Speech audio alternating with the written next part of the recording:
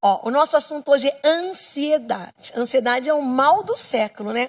Mas você aí de casa, você sabe o que é ansiedade? O que causa ansiedade? Bom, nós convidamos a psicóloga Camila Sanches e ela vai explicar um pouquinho pra gente. Tudo bem, Camila? Tudo bom. Eu falo pra seguir o Instagram do Ver Mais, eu conheci a Camila pelo Instagram, não é? Camila, nós conversamos, eu falei, Camila, bora lá pro Ver Mais, né, Camila? Camila é psicóloga. E primeiro vamos falar o que é, né, a ansiedade. A ansiedade, ela é basicamente uma preocupação e um medo muito excessivo com coisas cotidianas ou com o futuro. Então, e geralmente é acompanhada de pensamentos negativos com relação a esse medo, essa preocupação. Por exemplo, você imagina que vai chegar num lugar que vai cair, que vai tropeçar, que não vai dar certo aquilo que você vai fazer. E aí junta tudo, né? É uma falta de confiança junto com um medo. Então, quando você fala que é uma falta de confiança, você acha que está relacionada à autoestima de criança, como foi criado esse adulto? Também. Tem muita relação também com crianças, né? Tem até um transtorno, que é um dos transtornos, que daí é quando se transforma em transtorno mesmo, que é um transtorno de separação, que dá muito em crianças, que é aquelas crianças que têm medo de separar dos pais, porque elas acham que não vão conseguir viver bem longe dos pais, que não vai ter ninguém cuidando delas. A gente sempre fala que quem é ansioso sofre duas vezes, porque muitas vezes você sofre e a coisa não acontece. E aí você sofreu. E às vezes a coisa acontece. Então, assim, o ideal é você não sofrer, né? Porque o ansioso, ele sofre por antecipação. Talvez você indo com os pensamentos negativos já para aquela atividade, você acaba tomando outro rumo que leva ao negativismo, leva a dar errado. Então, a ansiedade aumenta. O bom é sempre pensando positivamente. E ela entra naquele assunto que a gente sempre fala aqui, da gente mudar o pensamento, que o pensamento faz diferença sim.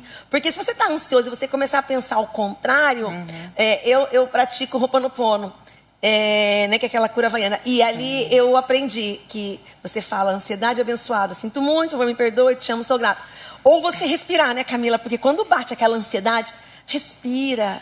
Sim, essa é uma das técnicas também para poder acalmar, né? Aquele momento dar aquela parada, respirar, rever os pensamentos. O que eu estou pensando naquele momento que está fazendo com que a minha ansiedade aumente e que eu não consiga lidar bem naquela situação. E antigamente a gente via que era adulto. Hoje a gente vê um grande número de crianças. Isso tem aumentado, Camila? Tem aumentado bastante, né? E, na verdade, tem aumentado também pela sociedade que a gente vive. Então, esse mundo é capitalista, é tudo aqui, agora, rápido, informatizado. Uma informação sai daqui e em menos de um segundo já viraliza. E então, isso faz com que aumente, né? Uma criança de 7 anos hoje tem muito mais informações que o imperador da Roma naquela época. Não, eu falo que uma adolescente de 14 anos, quando eu tinha 14 anos, parecia uma retardadinha. Né? Hoje, uma adolescente de 14 anos, com todas essas informações, e isso trouxe uma coisa boa, mas trouxe muitas coisas ruins, né? Na verdade, a ansiedade, ela não é só ruim, porque ela é uma defesa.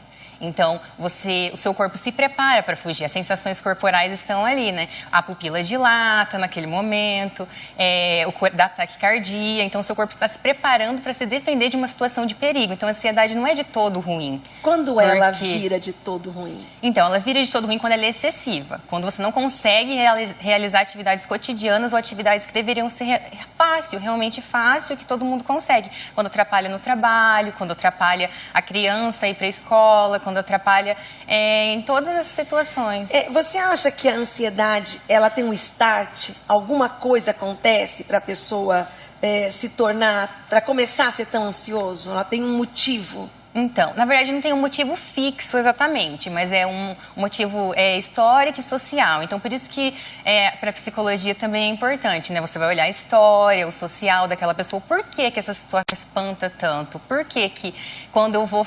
tem a fobia social, por exemplo. Quando eu estou frente a situações sociais, eu me espanto tanto com isso. Então, eu também um transtorno de pânico ou um tipo de fobia que você vê uma aranha, por exemplo, e morre de medo. Mas por que uma aranha você transformou aquilo para um objeto? Então, tudo parte de uma análise para poder entender. E a gente fazendo a terapia, você acha que com isso vai melhorando? Por exemplo, a criança, porque quando você já está adulto, você já está ansioso, né? Você já se ferrou, tipo, você vai ter que tentar melhorar a ansiedade. Mas quando é criança, você consegue impedir, se uma criança é ansiosa, que ela não se torne um adulto ansioso? Sim, na verdade, já começando assim, naquilo que é o mais básico, né? Não exigindo padrões tão altos, primeiro entendendo que é uma criança. Então, se você exige perfeição já de uma criança, ainda é uma criança, ainda está brincando, vai fazer com que a criança cresça ansiosa e tenha medo, não consiga lidar com essas situações, que ela vai se sentir fracassada. Então, desde pequeno já olhar esse lado, tentar não exigir muito da criança ou brigar muito com a criança. Tem cada situação, cada caso é um caso, na realidade. E eu acho também, não sei se eu estou errada, Camila, mas se uma mãe é muito ansiosa, ela passa essa ansiedade para o filho. Até porque a mãe é onde a gente se espelha, né? Então, se você tem uma mãe muito ansiosa, consequentemente, você vai se tornar uma criança e um adulto ansioso, não vai? Então, muitas pessoas veem parte genética, acham que é ansioso porque a mãe é ansiosa geneticamente. Mas não, o gene determina pequena parte. Mas eu falo na convivência. Então, a pequena parte, o gene determina 20% a 30%. O que determina mesmo é a convivência. Então, a convivência pode sim, porque quando a mãe é ansiosa, a criança acha que tem que agir daquele jeito, ou acaba... Porque achando que aquilo é normal. Achando que é normal e ela acaba pegando aquilo, né? E é engraçado que as pessoas estão tão ansiosas. Tem um Instagram, pra divertir. Até elas já se criticaram, ela que é vivendo ansiosamente. E ela brinca, ai, do meu Rivotril. Mas a gente, né, a cadê meu Rivotril, não sei o quê. Mas a gente percebe que ela brincando, mas ela tenta passar. Você acaba se identificando muitas vezes naqueles memes, né? Porque as pessoas estão muito ansiosas mesmo. Sim, então, esse é o mal do século juntamente com a depressão, que primeiro vem a ansiedade e a depressão. Então, na maioria das vezes vai se fazer um diagnóstico, a pessoa tem ansiedade e depressão. Que vai causando, né? Que a ansiedade seria talvez muito pequena perto do que pode ser uma depressão, né? Sim, a depressão é você achar que você não consegue. E aí gera tudo esses sentimentos e acaba a pessoa entrando, né? Tem graus de depressão. Inicia, assim como os graus de ansiedade. Vai entrando nesses estados. Obrigada, adorei te conhecer pessoalmente, Obrigada. tá bom? Eu adorei.